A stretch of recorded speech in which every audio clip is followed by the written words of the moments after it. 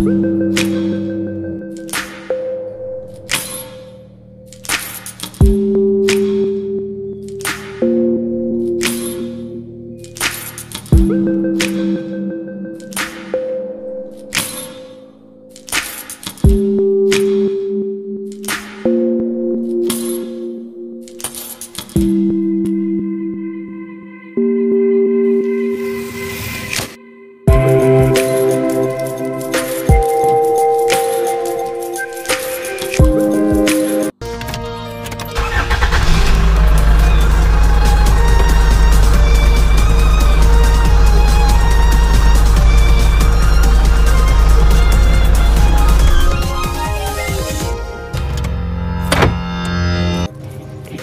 YouTube, selamat datang kembali di channel Nenbejo.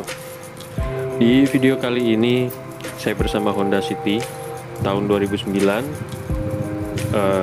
Jadi di mobil ini sekilas nampak baik-baik saja ya. Sekilas itu normal, dan ini saya videokan sebelum pembongkaran. Mesinnya seperti ini, terdengar sangat normal untuk di dalam video. Akan tetapi ketika dia mendapatkan beban seperti AC misalkan, atau awal masuk gigi D, karena ini matic ya, jadi itu akan terasa ada ngendet gitu, kayak semacam apa ya, semacam batuk, atau bukan dundutan ya, karena dia cuman sesekali gitu, cuman tiba-tiba det gitu, awal kena beban, seperti awal kena AC, atau misalkan AC itu dinyalakan, kan dia ada putus nyambung AC, lalu ketika penyambungan, ketika ada beban, mobil itu akan terasa endet gitu, lalu normal lagi. Setelah AC putus normal, begitu AC hidup di awal, nanti akan terasa endet lagi. Jadi seperti itu yang dikeluhkan dari mobil Honda City kali ini. Saya sempat menduga-duga itu banyak. Jadi kalau yang saya duga-duga itu bisa dari businya yang mau mati, bisa koilnya mau mati, bisa injektor kotor, bisa, atau bahkan full pumpnya yang kotor pun bisa, bahkan sampai yang namanya sensor CMP. Ciri-ciri sensor CMP mau mati atau mau rusak ya seperti itu juga. Jadi di video kali ini, daripada menebak-nebak, saya lakukan tune up besar, yang artinya tune up bukan sekedar tune up di bagian throttle body dan busi, tapi untuk kali ini hampir semua komponen yang berkaitan dengan pembakaran atau konsumsinya itu kita bersihkan semua. Dan untuk video yang pertama ini adalah throttle bodinya yang cukup kotor, terlihat dari kerak yang saya ambil di tangan. Lalu ini ada intake manifold yang udah dilepas, nanti kita cek. Lalu juga sensor-sensor semua yang ada di dalam intake-nya, seperti map sensor dan lain-lain, nanti kita cek semua satu persatu.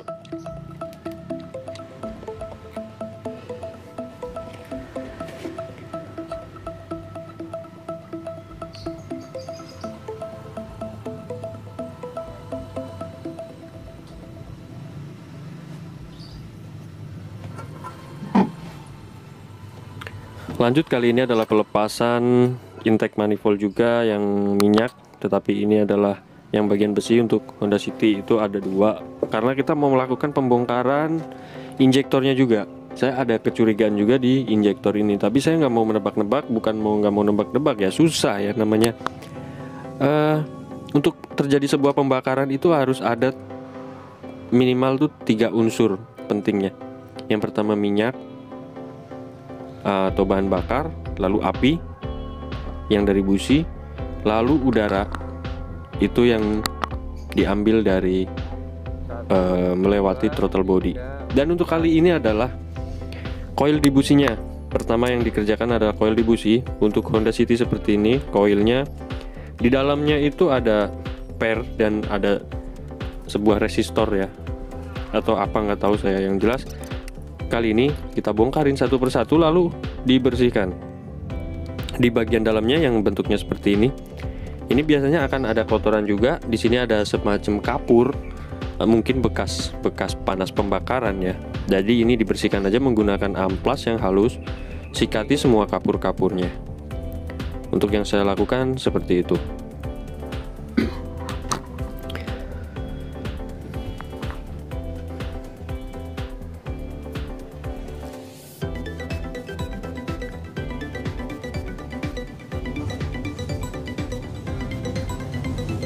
Ya, di dalam lubang ini juga ada yang berkapur. Kita bersihkan dengan menggunakan sikat kawat kecil. Pokoknya kita bersihkan dalaman bagian dari koil-koil ini. Yang sekiranya ada kapur-kapur, takutnya ini nanti akan menghambat pengapian. Kita bersihkan saja semuanya. Untuk video sendiri saya percepat, karena ini prosesnya kita selama 3 hari ya. Ditambah kita ada pengerjaan mobil yang lain ya, seperti ini contoh kapurnya, ada hijau-hijau di ujung, nanti dibersihkan. Lanjut kita mau buka injektor. Jadi apa sih injektor? Injektor adalah satu alat yang menyemprotkan bahan bakar ke ruang bakar langsung. Jadi untuk mobil injection itu beda dengan mobil karbu yang melewati karburator. Walaupun dia punya throttle body itu hanya untuk menghisap udara, sedangkan bahan bakar itu disemprotkan langsung ke mesin melalui injektor ini. Jadi jangan sampai di injektor ini ada kotor. Lalu kita coba bersihkan satu persatu untuk injektornya. Kita bisa menggunakan alat sederhana seperti ini. Dan kita bisa perhatikan bagaimana keluarnya cairan yang kita masukkan, apakah lancar atau tidak. Ini hanya satu contoh, tidak saya sempat buat semuanya. Dan sebenarnya ada 2 injektor yang kurang bagus, kurang lancar, tetapi masih lumayan lah gitu, sekitar 50%. Tapi nggak bisa sampai 80-100% bagusnya. Lalu kita lari ke full pump. Mungkin saya sudah pernah buat atau upload video sebelumnya untuk upload full pump. Untuk posisinya di mana, karena ini untuk Honda City 2009 ini sedikit unik ya. Jadi posisinya tidak umum, mungkin saya saja yang baru tahu, Nora. Jadi saya baru tahu ternyata untuk posisi full pumpnya ada berada di samping Pak Kusir. Di samping supir gitu maksud saya. Dia ada di bawah konsol box, di belakangnya transmisi atau tuas transmisi, dan di bawahnya handrem. Makanya tadi dalam video sempat dilepaskan handremnya, handbrake maksud saya. Lalu kita bongkar, kita keluarkan full pump ini. Jadi penting ya, untuk full pump itu jantungnya. Ya tanpa full pump mobil nggak bisa hidup karena nggak ada bahan bakar. Dan sedikit bermasalah atau terhambat pasokan bahan bakar tersebut terhadap injektor, tentunya akan mempengaruhi juga pembakaran dalam ruang mesin. Karena untuk mobil injeksi itu ya harus sempurna pembakarannya itu. Kalau nggak ya akan terjadinya berbet, berjet, atau ngendut, atau yang seperti ini mungkin terjadi di mobil Anda. Jadi semacam terputus gitu ya, tiba-tiba hilang, lalu balik lagi, hitungan detik, sesekali. Cuman untuk pemilik mobil tidak nyaman, lalu kita kerjakan sekarang. Lanjut, kita bongkar semuanya saja untuk komponen dari fuel pump ini.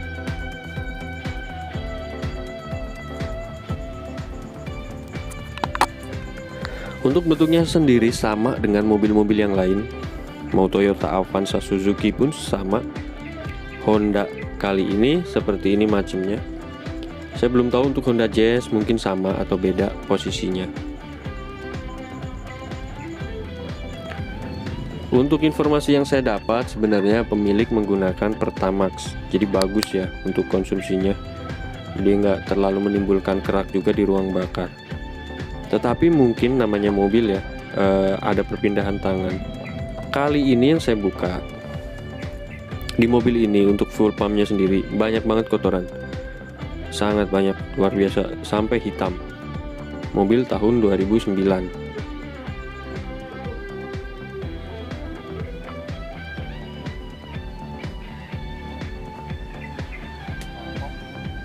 Untuk pembongkaran sendiri, bagian full pump ini dia semacam ada kancing-kancingnya, dan harap hati-hati karena itu rawan patah. Dan yang saya pegang ini adalah filternya, filter utamanya untuk sebuah pompa bensin. Ini di kantungnya terlihat sangat kotor, sangat hitam. Karena dia tuh harusnya aslinya warnanya putih.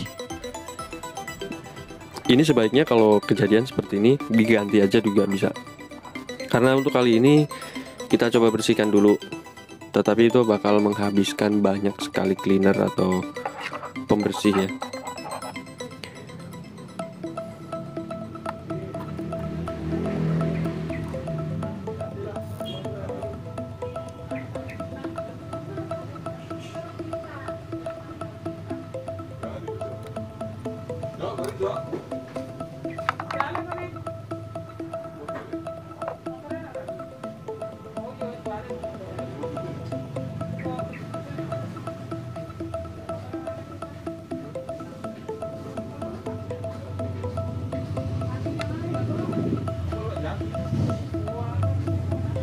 Lalu kita coba saring menggunakan kain, dan hasilnya ada beberapa kotoran di dalam filternya, juga di tampungannya juga banyak.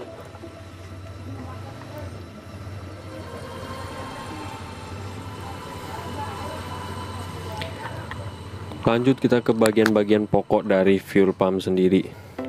Itu ada saringannya, dan juga ada yang namanya pressure regulator. Jadi semuanya dibersihkan, baik dari selangnya, dari filternya, dari pressure regulatornya sendiri, kita bersihkan semua, supaya nanti tidak ada hambatan lagi untuk full pump menyemprotkan ke ke injektor, maksud saya, maaf. Kita juga tes motornya. Untuk bagian yang dinamakan motor itu yang nempel sama dengan filter ini, kita tunjuk. Jadi di situ motornya, kalau di situ mati, mobil ya mati gitu aja. Mungkin ada yang kejadian tiba-tiba mobil mati di jalan. Salah satu penyebabnya adalah ini juga bisa terjadi, karena kalau untuk koil dari pengapian sendiri ya, itu nggak mungkin bisa mati sendiri, langsung mati itu nggak. Paling biasanya ya pincang kalau mati, ada kerusakan di koil. Beda lagi kalau misalkan ada kerusakan di karena di CMP sensor juga mengatur kapan waktunya injektor itu menyemprotkan bahan bakar, dan biasanya kalau memang dia mati ya udah akan mati aja begitu. Nanti bisa dihidupkan lagi ketika udah dingin, biasanya begitu. Itu CMP sensor juga permasalahan seperti itu, dan ada video sebelumnya yang linknya akan saya taruh di atas ini.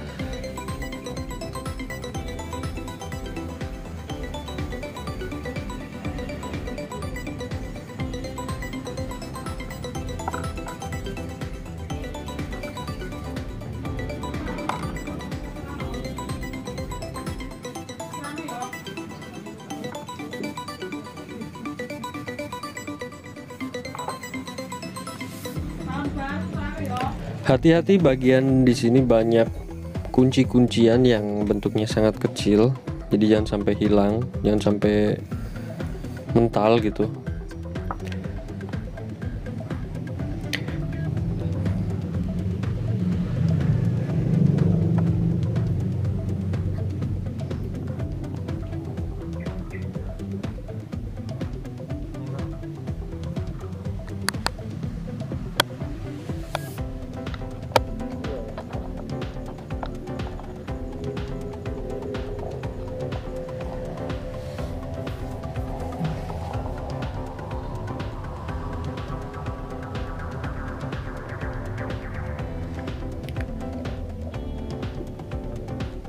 Oke, selanjutnya kita bersihkan dengan cleaner dengan cara seperti di dalam video. Itu sangat mudah sekali untuk pembersihannya, ya seperti itu. Yang cukup sulit itu adalah ketika kita menjaga supaya barang-barang ini jangan sampai hilang dan jangan sampai lupa kembali posisi-posisinya. Untuk pembersihan cuman cukup disemprot-semprotkan saja seperti di dalam video.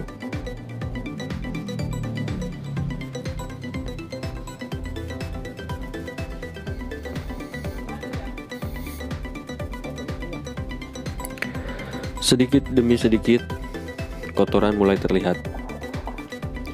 Dari hasil pembersihan kali ini akan terlihat sangat jelas betapa kotornya dari fuel pump ini. Dan ini juga bisa menjadi salah satu penyebab kenapa injektor itu yang sebelumnya saya tes ada 2 yang bermasalah. Bisa terjadi karena ada kemungkinan kotoran dari fuel pump dari tangki yang dibawa menuju ke injektor itu masih ada yang tidak tersaring dan akhirnya menjadi sebuah deposit kerak yang akan menyebabkan suatu injektor itu akan mengalami kerusakan ataupun mampet. Tapi untuk kali ini belum rusak, belum mampet, cuman sedikit berkurang dari yang sebenarnya.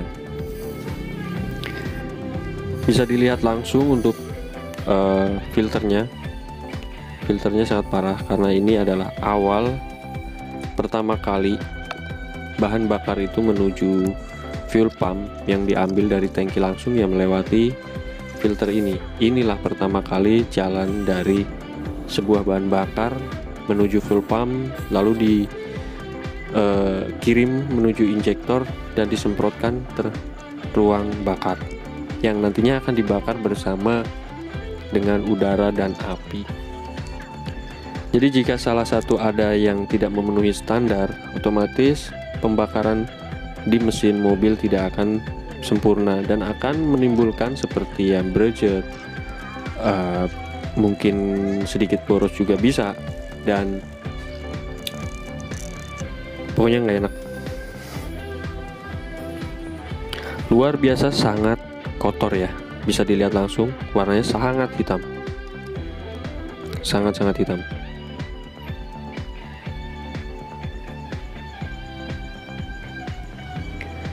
Ini bisa menjadi rekomendasi untuk mobil dengan usia sekitar 10 tahun atau kilometer sudah mencapai di atas 100.000 km. Dilakukan pembersihan atau tune up seperti ini tujuannya agar mengurangi deposit kerak, mengurangi deposit kotoran, supaya komponen-komponen juga lebih awet.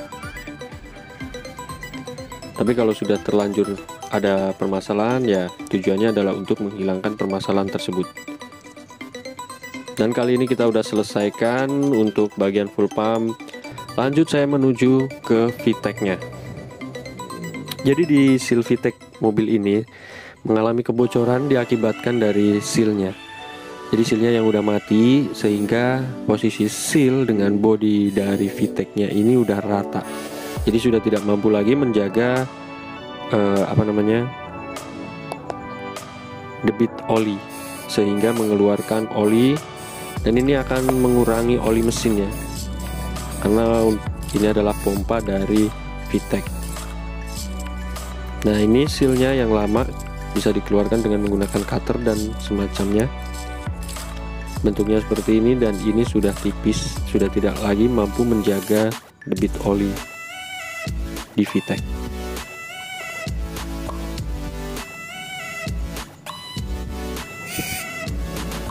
Lanjut kita bersihkan dengan menggunakan cleaner atau injektor cleaner atau karbu cleaner untuk menghilangkan noda-noda atau bekas-bekas kotoran yang ada di mobil ini.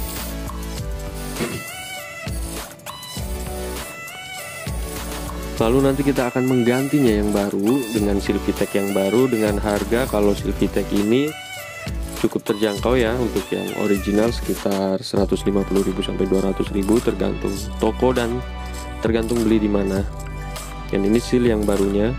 Seal yang barunya itu dia aslinya itu bulat dan tebal.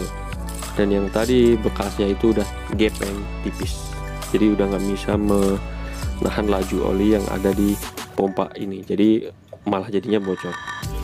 Oke, lanjut kita pasang, karena untuk memasangkan seal VTEC ini cukup mudah, cukup mengendurkan 3 baut. Tapi sebelum ketemu kita terhadap si VTEC yang ini, kita harus membuka perintilan yang lainnya dulu, karena dia tertutup juga sama bagian-bagian yang lain.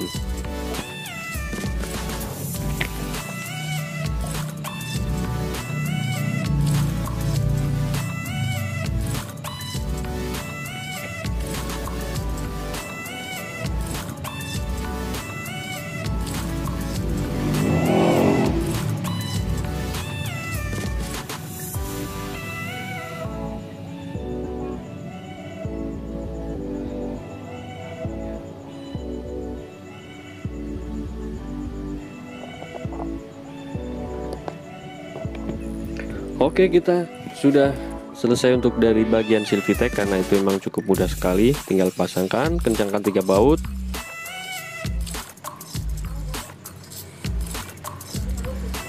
Lanjut kita ke perakitannya.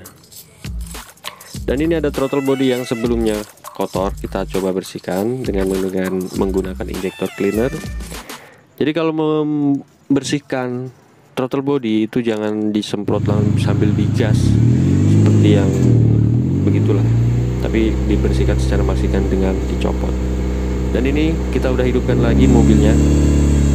Ada asap putih, bekas-bekas kotoran yang terbakar dan terbuang melalui knalpot. Ini nggak masalah. Ini sesudah tune up besar itu ya seperti ini, dia akan mengeluarkan kerak-keraknya itu melalui pembuangan ini.